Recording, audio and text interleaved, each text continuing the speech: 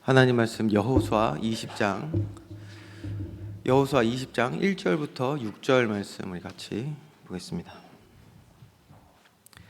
여호수아 20장입니다. 우리 한 절씩 교독하겠습니다. 여호와께서 여호수아에게 말씀하여 이르시되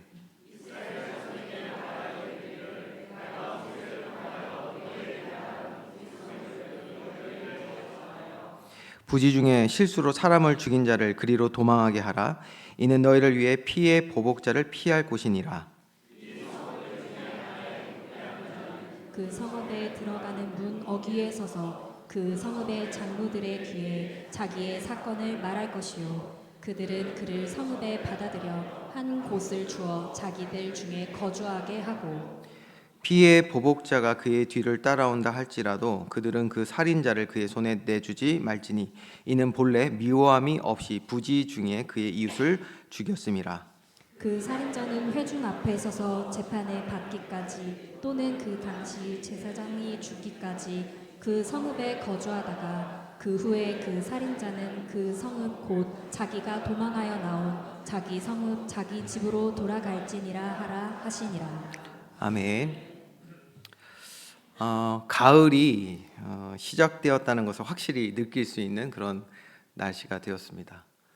오늘 보니까 이제 에어컨도 안 틀어도 되고 그렇게 선선한 날씨가 된 것 같습니다. 2024년도도 벌써 10월이 되었죠. 시간이 정말 빠릅니다.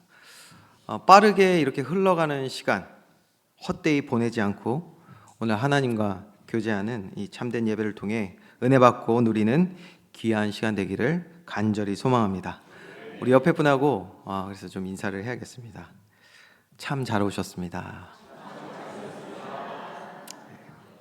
한 번 더 인사할까요? 오늘도 하나님의 큰 사랑과 은혜 받읍시다.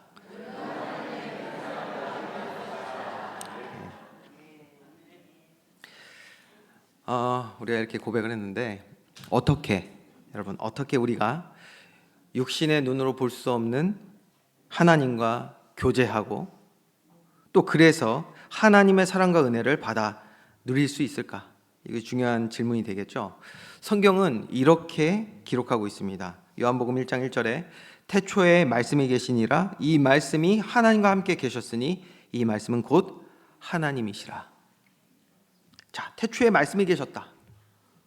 그리고 하나님과 함께 하셨는데 이 말씀이 곧 하나님이시라는 거예요.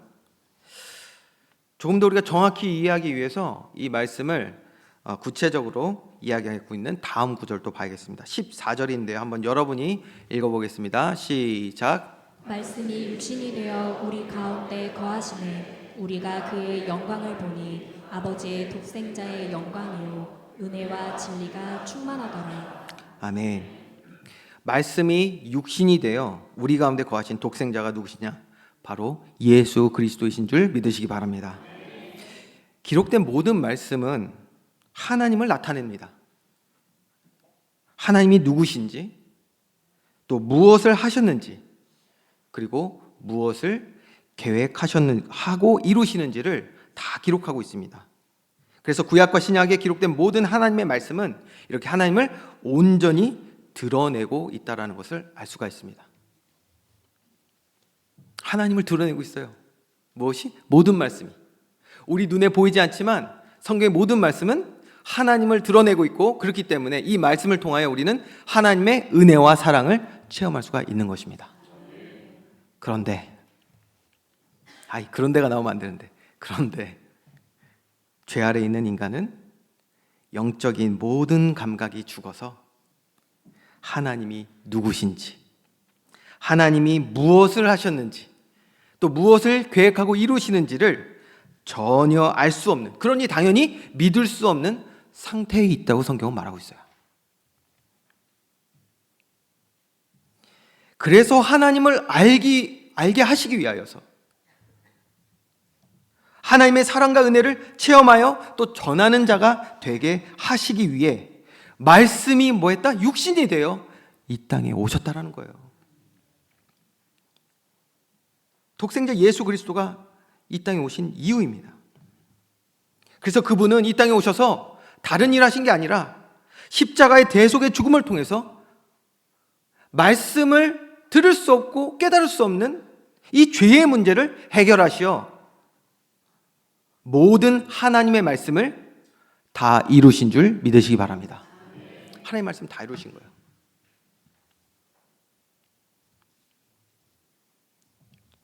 여러분, 그래서 예수님을 통해서가 아니잖아요. 예수님을 통해서가 아니면 하나님을 절대 알 수가 없습니다. 예수님이 아니면 우리를 향한 하나님의 사랑과 은혜를 체험할 수 없는 거예요.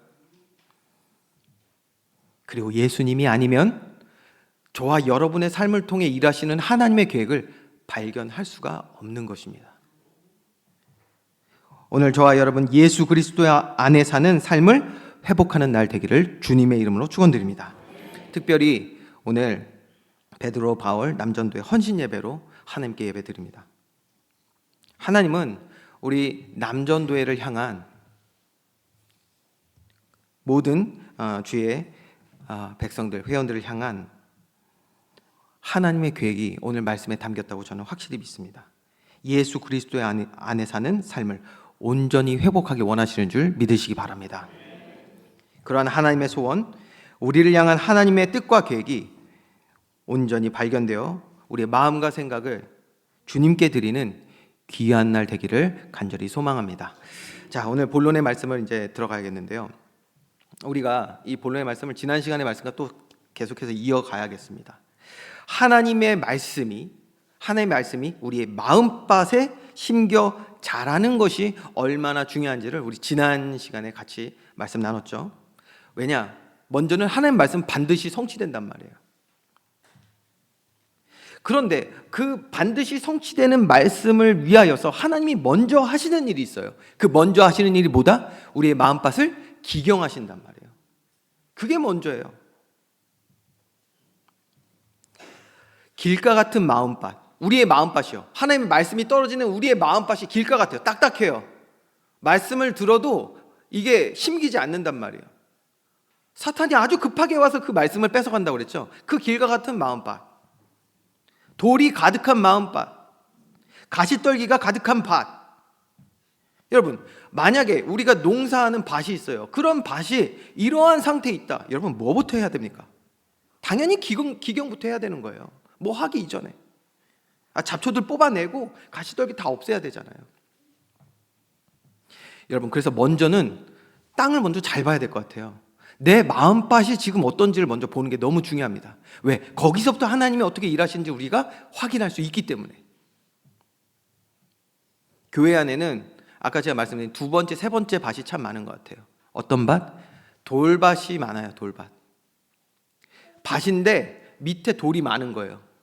또 가시떨기 같은 마음밭이 참 많이 있습니다.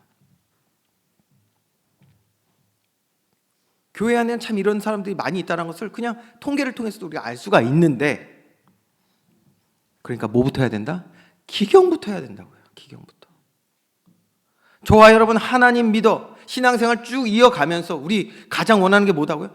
하나님의 말씀이 우리 삶 가운데 성취되는 것을 그 누구도 바라지 않겠습니까? 모두가 바라는 바잖아요.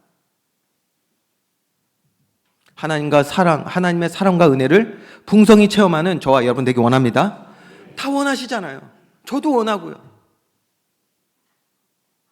그러면 그 말씀이 내게 믿어지고 체험될 수 있는 마음밭이 되어야 되는데,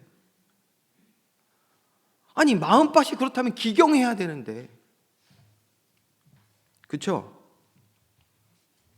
돌밭과 같은 마음밭, 어떤 밭이었습니까? 신앙의 본질을 이해하지 못한 사람들이란 말이에요. 이 사람들은. 여러분, 신앙의 본질, 뿌리는 다른 게 아니라고 했잖아요. 나를 낳으시고 지으시고 창조하신, 그래서 나를 택하여 사랑하는 자녀라고 부르신 아버지, 하나님 아버지께로 돌아가는 것이 우리의 신앙의 본질인 줄 믿으시기 바랍니다. 그게 우리의 본질이에요. 신앙의 본질. 이거 외에 다른 게 있을 수가 없어요. 아버지와의 관계를 회복하는 거예요.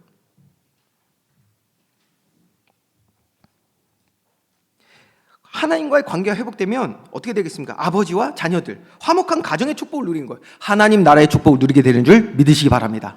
이게 신앙의 본질이잖아요. 그러니까 핵심, 신앙의 본질 핵심 딱 하나 기억하시면 돼요. 하나님과의 관계 회복. 자, 보세요. 목사님, 그게 구체적으로 조금 더 이해가 필요합니다. 예, 그래서 볼게요. 이것이 신앙의 본질이 아닌 사람들. 자, 우리가 신앙생활 합니다. 1년, 2년, 10년, 20년, 30년. 평생을 신앙생활 해도 신앙의 본질이 아닌 사람들의 특징이 있습니다. 여러분, 특징이 있어요. 그걸 보면 딱 알 수 있어요. 뭐냐?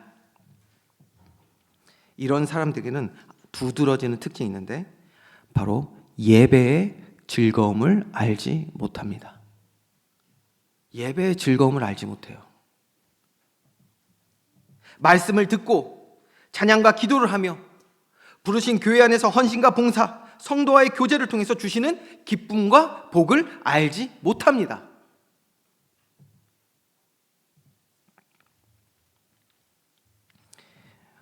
어떤 분이 그래요. 아니요, 말씀을 24시간 듣던데요. 또 찬양도 잘하고요. 네. 여러분, 찬양은 못하셔도 돼요. 우리의 찬양은 하나님이 받으시는 겁니다. 우리의 마음을 받으시는 시간이거든요. 노래를 좀 못해도 됩니다. 저도 못하는데 맨날 하잖아요. 네. 이게 안 오시네. 진짜 잘하나요?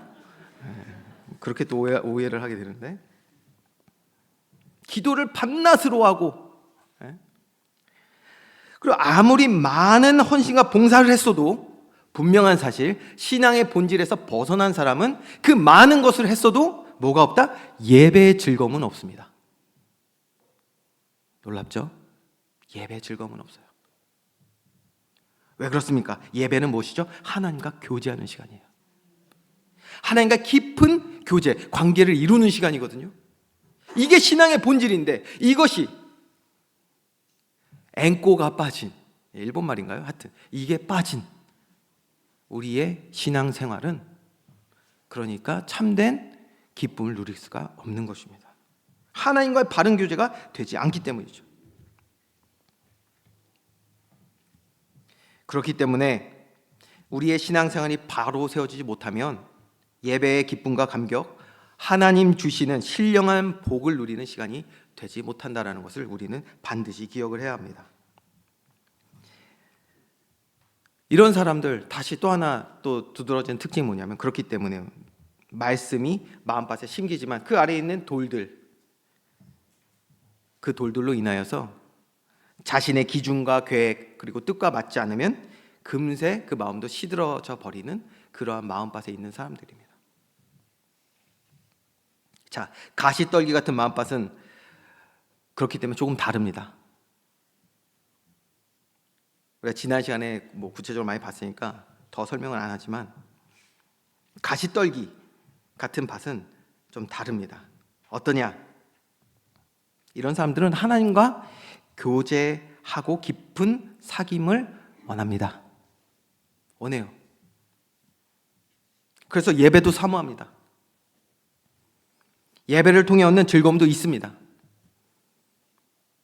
그런데 바울의 고백처럼 마음은 원이로되 육신이 연약하여 믿음의 삶을 살아내지 못할 때가 많습니다. 제 얘기고 여러분의 이야기 같지 않습니까? 왜 그러냐? 가시떨기 때문에. 하나님의 말씀대로 살아갈 믿음의 용기와 담대함, 이것을 가지지 못한 우리들의 삶의 모습들입니다. 세상이 여전히 크고 높고 강해 보이니까 여전히 보이는 내 삶 앞에 있는 세상이 두려운 거예요. 가시떨기. 어떠십니까? 그러니까 하나님의 말씀보다는 세상에 말하는 대로, 세상 말하는 대로 하나님 자녀의 삶을 살기보다는 세상에 맞는 사람으로 살아가게 되는 것입니다. 가시떨기. 자, 교회에는 이렇게 두 가지가 가장 많다고 제가 말씀드렸어요. 이 두 가지. 여러분, 그럼 질문해 보겠습니다. 이런 가시떨기 혹은 마음밭에 돌들이 가득하니 기경을 해야겠습니까? 안 해야 되겠습니까? 해야겠죠? 해야 됩니다. 그런데 왜 우리는 그 시간을 가지려 하지 않습니까? 왜 그 시간을 안 가지려고 하냔 말이에요. 우리의 마음밭은 그런데 우리는 기경을 원치 않습니다.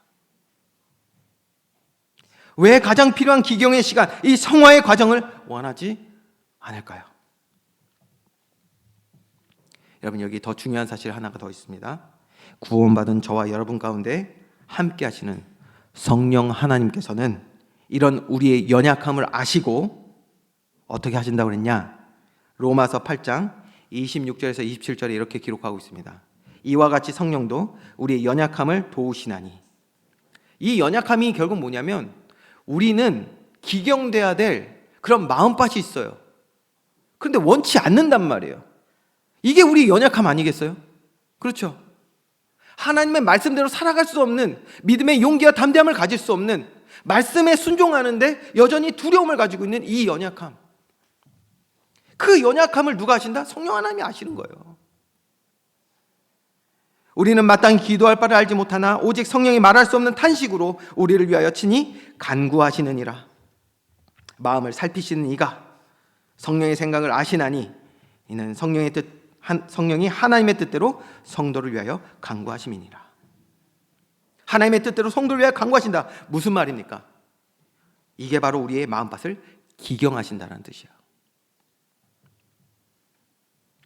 그래서 우리로 말씀이 심겨 열매 맺는 선을 이루시기 원하시는 줄 믿으시기 바랍니다.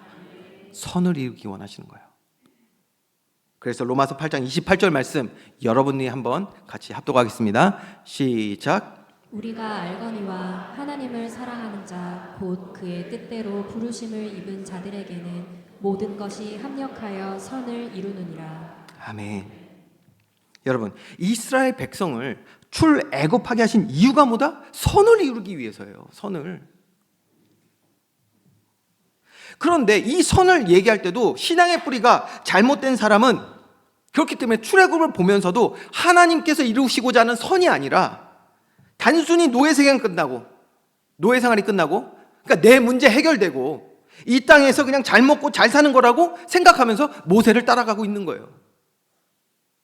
그렇죠? 그렇게 가고 있다니까요.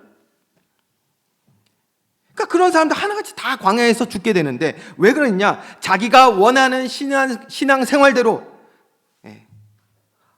안 되고 하나님도 그렇게 안 해주시고 자기 뜻대로 안 되는 거예요. 그러니까 원망, 불평 가득하여 하나님의 진노 가운데 심판받게 되잖아요. 출애굽한 이스라엘 백성에게 이루시는 선이 무엇입니까? 여러분, 하나님은 이렇게 말씀하셨어요. 레위기 26장 12절 말씀이에요. 너무 중요하거든요. 여러분들이 한번 같이 합독하겠습니다. 시작. 나는 너희 중에 행하여 너희의 하나님이 되고 너희는 내 백성이 될 것이니라. 아멘. 여러분, 그래서 출애굽한 이들을 가나안이 아니라 어디로 부르셨다고요? 언약 체결하는 신의 광야 앞으로 부르신 거예요. 이게 출애굽기의 핵심입니다. 출애굽기의 핵심은 하나님께서 이들 건져서 하나님과 함께하는 광야, 성막, 회막이죠. 회막. 하나님과의 언약 체결. 구원하신 이유는 하나님과의 관계 회복이라는 거예요. 이것이 회복됨이 선인 줄 믿으시기 바랍니다. 여러분, 저와 여러분에게 동일한 것입니다. 그러니 구원받은 자들이 하나님과 함께하는 모든 곳은 그렇기 때문에 그것이 출애굽하는 모든 시간 속에 광야가 되었든 어디가 되었든 하나님의 통치와 다스림이 있는 그의 나라가 되는 거예요. 왜? 아버지와 아들, 우리 하나님과 백성의 관계가 맺어졌기 때문에. 그래서 하나님은 이제 말씀이 잘 심기는 마음밭 되게 하시기 위하여 이스라엘 백성을 40년 동안 광야에서 기경하시잖아요. 자, 그리고 이제 때가 되어서 기경을 마치시고 마음밭을 다 준비하시고 이제 가나안을 점령할 때가 되었습니다. 때가 되어 가나안으로 이제 하나님 나라를 확장하는 거예요. 확장하는 거. 어떤 사람은 그러더라고요. 모세가 가나안에 못 들어갔으니까 혹시 구원 못 받는 거냐고. 아니, 그런 게 아니에요. 그러니까. 자, 이렇게 가나안으로 이제 하나님 나라를 확장하여 들어갈 때 하나님께서는 마음밭이 준비된 이스라엘 백성에게 세 가지를 명령하십니다. 여러분 혹시 기억하시나요? 기억 잘 안 나실 거예요. 세 가지를 명령하시거든요. 저도 기억이 안 나더라고요. 민수기 때 우리가 강해를 쭉 하면서 민수기에서 다뤘던 말씀입니다. 세 가지를 명령하셨는데 나중에 여러분 한번 가보세요. 저도 한번 쭉 다 봤는데 날짜까지 말씀드릴게요. 2023년 4월 16일 주일 설교입니다. 보시면 나옵니다. 세 가지 명령. 첫 번째, 들어가면 모든 우상을 제거하라고 말씀하셨어요. 모든 우상을 제거하라. 왜 그렇습니까? 우상을 섬기게 되면 결국 뭐가 돼요? 죄의 노예가 됩니다. 저와 여러분은 하나님의 주권 아래 살아갈 하나님의 백성인 줄 믿습니다. 하나님이 우리의 왕이시란 말이에요. 더 이상 죄의 종로 타는 자녀들이 아니잖아요. 그래서 모든 우상을 제거하라고 첫 번째 명령하셨어요. 그리고 두 번째 뭘 명령하셨냐면, 그리고 말씀하신 대로 말씀 따라 순종하여 주시는 기업을 얻으라고 말씀하셨어요. 그러니까 우리가 보면 이스라엘 백성이 뭐 안 하고 있었어요? 기업 얻는 일을 안 하고 있었잖아요. 그러니까 말씀 순종 안 하고 있었던 거예요.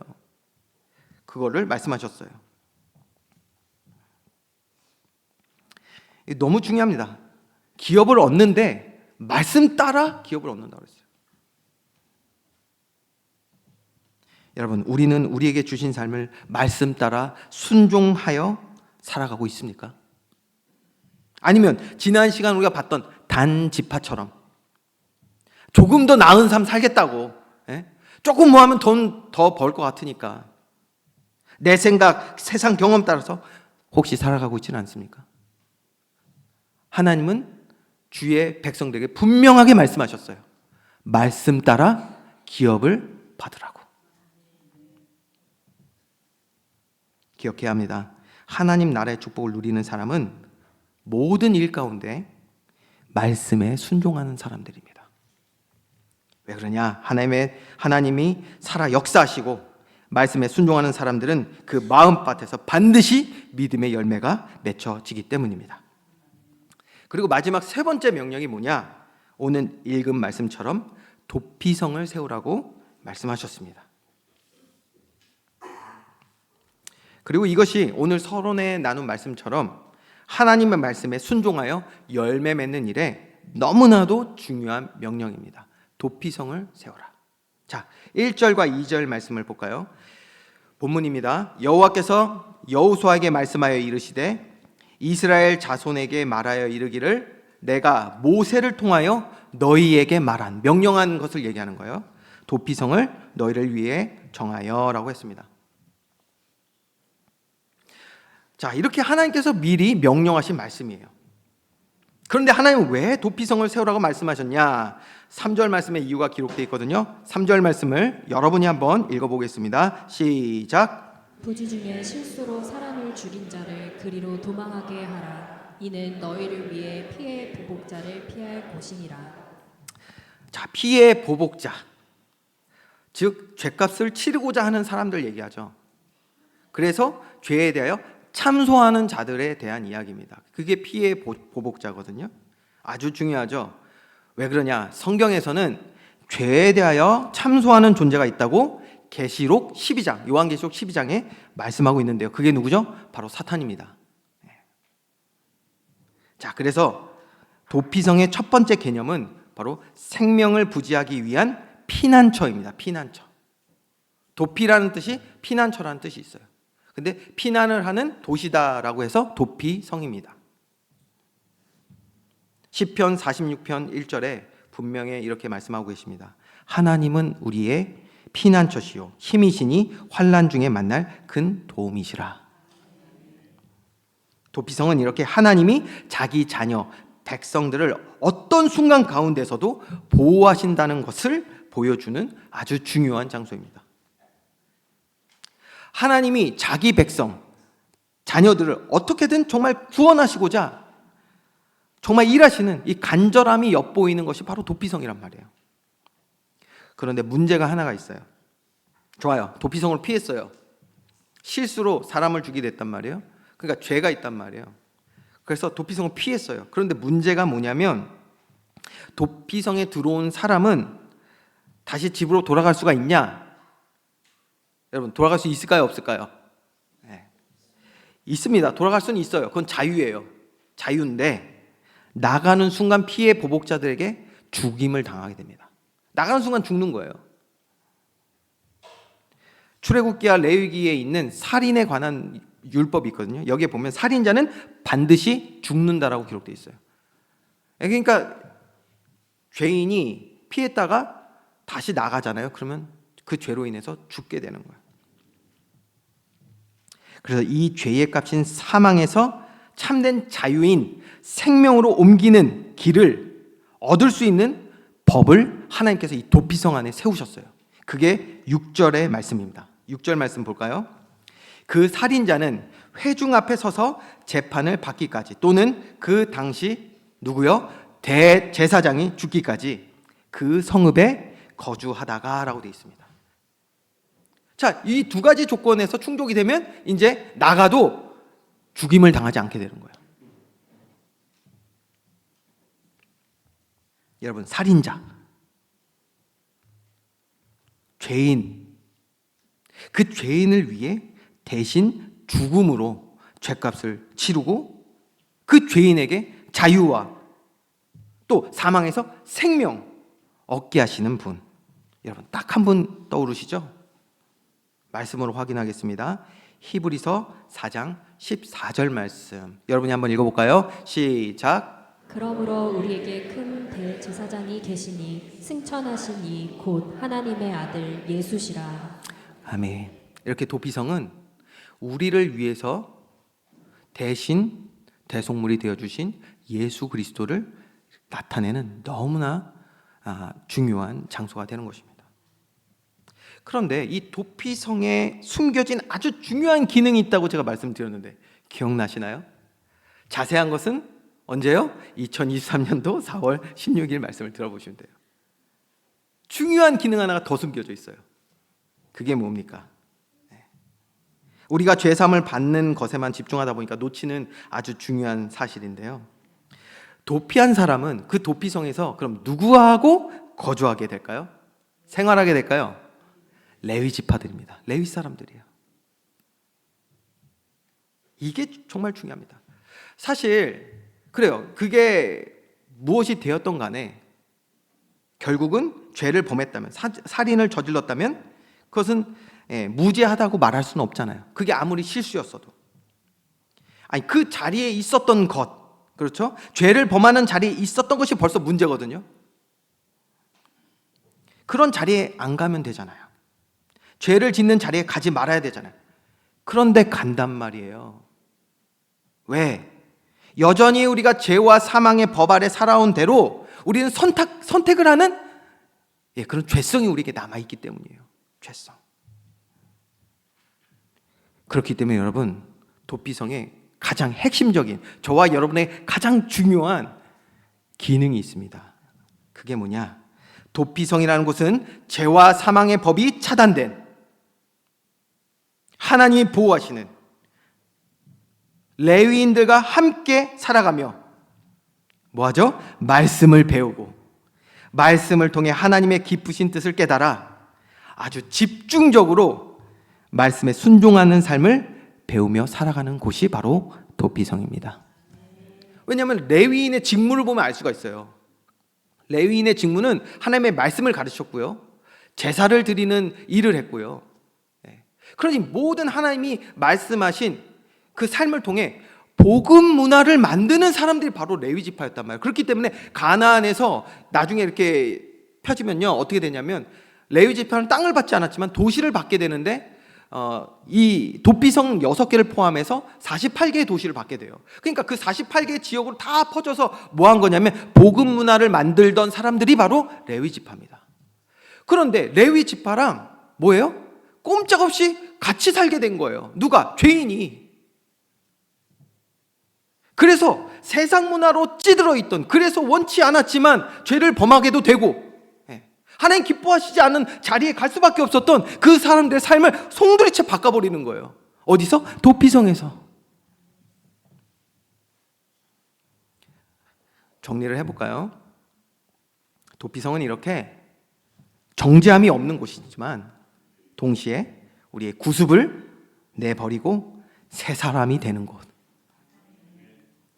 말씀 아래 살아가는, 순종하는 법을 배워 하나님 자녀, 하나님 백성된 온전한 삶을 시작하는 곳이 도피성인 줄 믿으시기 바랍니다. 이게 도피성이에요. 그런데 여러분, 이 도피성에 이러한 모든 놀라운 구원의 일이 어떻게 가능하냐? 보세요. 도피성은 우리를 향한 하나님의 신실한 구원의 사랑과 은혜가 나타난 피난처란 말이에요. 하나님의 구원 계획이 담겨 있는 곳이 바로 도피성이다. 다시요. 하나님의 구원 계획이 담긴 곳이 도피성이다. 두 번째, 도피성은 우리를 사망에서 생명으로 옮겨주시어 참된 자유, 영원한 생명 주시는 예수 그리스도를 예표하는 장소이다. 도피성은 예수 그리스도의 십자가 죽음과 부활을 예표하는 곳이에요. 그러니까. 그리고 도피성은 하나님 자녀된 삶, 선한 능력으로 살아가도록 우리를 교훈과 책망과 바르게 함으로 가르치는 성령 하나님의 성화 구원이 이루어지는 곳인 줄 믿으시기 바랍니다. 이게 도피성이에요. 그래서 도피성은 하나님 백성들을 향한 성부, 성자, 성령 하나님의 놀라운 구원의 역사가 이루어지는 곳인 줄 믿으시기 바랍니다. 결론입니다. 자, 그러면 오늘 저와 여러분의 도피성은 어디입니까? 저와 여러분의 도피성은 어디예요? 여러분, 단순한 마음의 피난처가 도피성이 맞습니까? 많은 사람들은 도피성을 그렇게 생각해요. 저도 그럴 때가 많이 있어요. 여전히 그럴 때도 있어요. 또 연합예배여가지고 가정사를 얘기하면 좀 그렇긴 한데 할까요? 네, 하겠습니다. 제 아내랑 싸우면 저는 우선 도피합니다. 저의 피난처를 찾아 도피합니다. 가깝게는 저 구석 방 어디로 들어갑니다. 근데 그게 좀 안 될 것 같으면 제 피난처 차로 갑니다. 차가 넓어서 차로 갑니다. 근데 예전엔 그냥 가지 않고 꼭 저와 함께 같이 가는 게 있어요. 기타를 꼭 들고 가야 돼. 모르겠어요. 기타로 하면 스트레스를 풀든지 하여튼 노래를 부르든지 막 해야 돼요. 여러분, 마음의 피난처가 도피성입니까? 문제 만난 저와 여러분, 우리 개인의 삶의 도피성은 어디입니까? 혹시 큰 시련 가운데 있는 우리 가정의 도피성은 어디입니까? 돈입니까? 사람입니까? 어떤 나에게 뭔가 스트레스를 풀 수 있는 취미입니까? 직장에서의 갈등과 스트레스 속에서의 여러분의 도피성은 어디냐니까요. 여러분, 오늘 우리에게 도피성은 장소가 아닙니다. 장소가 아니에요. 도피성은 성부, 성자, 성령 하나님의 구원 역사가 이루어지는 모든 삶의 현장, 나를 주 믿는 자, 하나님 자녀된 자의 삶으로 가르치시고 세우시고 그래서 참된 자유함을 얻게 하실 내 삶의 모든 순간, 모든 장소가 도피성, 곧 하나님 나라가 되는 줄 믿으시기 바랍니다. 여러분, 그렇기 때문에 저와 여러분 주의 명령대로 말이에요. 도피성을 세우는 은혜가 있기를 주님의 이름으로 축원드립니다. 도피성 세워야 돼요. 가나안 백성에게 하나님께서 아주 구체적으로 3가지 명령 중에 하나라니까요, 이게. 그리고 마지막 명령이에요. 가정에 도피성을 세워야 될 줄 믿습니다. 도피성 세워야 돼요. 그래서요, 여러분, 그 도피성을 세우는데 여러분이 세우시란 말이에요. 세워서 어떻게 하냐? 마음 상하고 그래서 미움과 분노와 여러 가지 가득해질 때 그래서 그 죄의 영향들이 나를 참소할 때에 그때 나의 피난처 되시고 나를 새롭게 주의 말씀으로 가르치시고 세우실 도피성으로 나아가야 될 줄 믿으시기 바랍니다. 여러분, 도피성으로 나아가야 돼요. 그래서 특별히 우리 베드로, 바울, 남전도회 헌신예배 이 말씀 주심이 저는 하나님의 계획이라고 확실히 믿습니다. 도피성을 세우는 일에 가장 앞장서고 힘쓰는 남전도회 되기를 주님의 이름으로 축원드립니다. 그래서 여러분을 통해서 처음 모든 현장에 성부, 성자, 성령 하나님의 놀라운 구원의 일들이 넘쳐나는 믿음의 아름다운 열매들이 가득한 축복 누리기를 주님의 이름으로 축원드립니다. 이런 축복 함께 누리는 우리 온교회 되기를 주님의 이름으로 축원드립니다. 기도하겠습니다. 사랑과 은혜가 풍성하신 하나님, 우리를 지으시고 또 우리를 주님께서 택하여 부르셔서 죄로 살아가지만 여전히 우리를 주님의 품으로 부르시고 도피성 안에서 죄 없다 하시며 또 주의 말씀으로 우리를 가르치셔서 온전한 주의 자녀, 선한 능력을 행할 자들로 우리를 세워가심을 주님 우리가 확실히 믿습니다. 내 생각, 내 뜻이 아닌 하나님의 그 놀라고 완전한 계획 아래서 믿음의 사람으로 세워지는 이 일에 우리의 마음과 생각을 드리며 주님께 담대히 나아갈 수 있는 우리 모두의 발걸음 되게 하여 주시옵소서. 우리 삶에 도피성을 세우기 원합니다. 성부, 성자, 성령 하나님의 놀라운 구원의 역사가 우리 삶 가운데 충만히 드러나서 하나님과의 깊은 관계, 하나님 자녀로 살아가는 온전한 믿음의 삶, 이 삶으로 많은 사람들에게 복음을 증거하고 또 하나님께 영광 돌릴 수 있는 우리 모든 주의 백성들 되게 하여 주시옵소서. 특별히 이 축복 누리는 우리 남전도회들 되게 하여 주시옵소서. 감사를 드리며 예수 그리스도의 이름으로 기도합니다. 아멘.